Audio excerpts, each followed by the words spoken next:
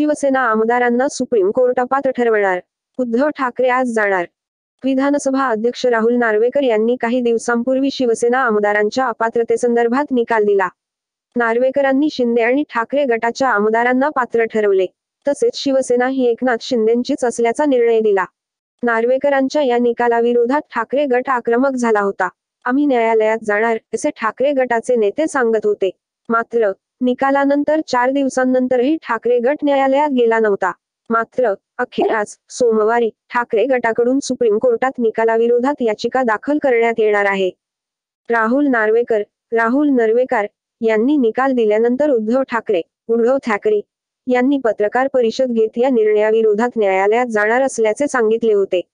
नार्वेकरांनी निकाल देताना शिवसेनेच्या घटनेचा संदर्भ देत उद्धव ठाकरे यांची पक्षप्रमुख म्हणून घटनेत नोंद नसल्याचे सांगितले.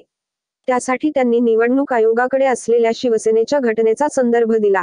मात्र शिवसेनेचे नेते अनिल परब यांनी याविषयी महत्त्वाचा खुलासा करीत पुरावे सादर केले आहेत. अनिल परब यांनी शिवसेनेमध्ये उद्धव ठाकरे यांची पक्षप्रमुख नियुक्ती झाल्यानंतर घटनेत बदल केला होता. ती कागदपत्रे निवडणूक आयोगाला देखील सादर केली होती. त्याचा पुरावा सादर केला. आता हाच पुरावा न्यायालयात सादर करण्यात येणार आहे.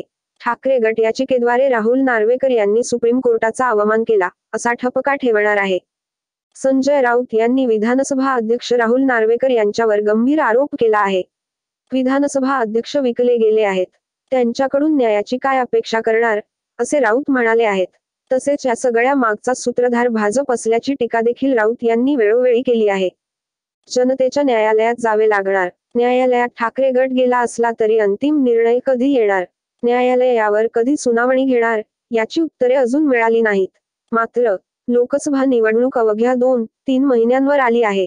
त्यामुळे न्यायालयीन लढाईसोबत ठाकरे गटाला जनतेच्या न्यायालयात जाऊन लोकसभा निवडणुकीत स्वतःला सिद्ध करावे लागेल, असे मत राजकीय तज्ज्ञ व्यक्त करीत आहेत.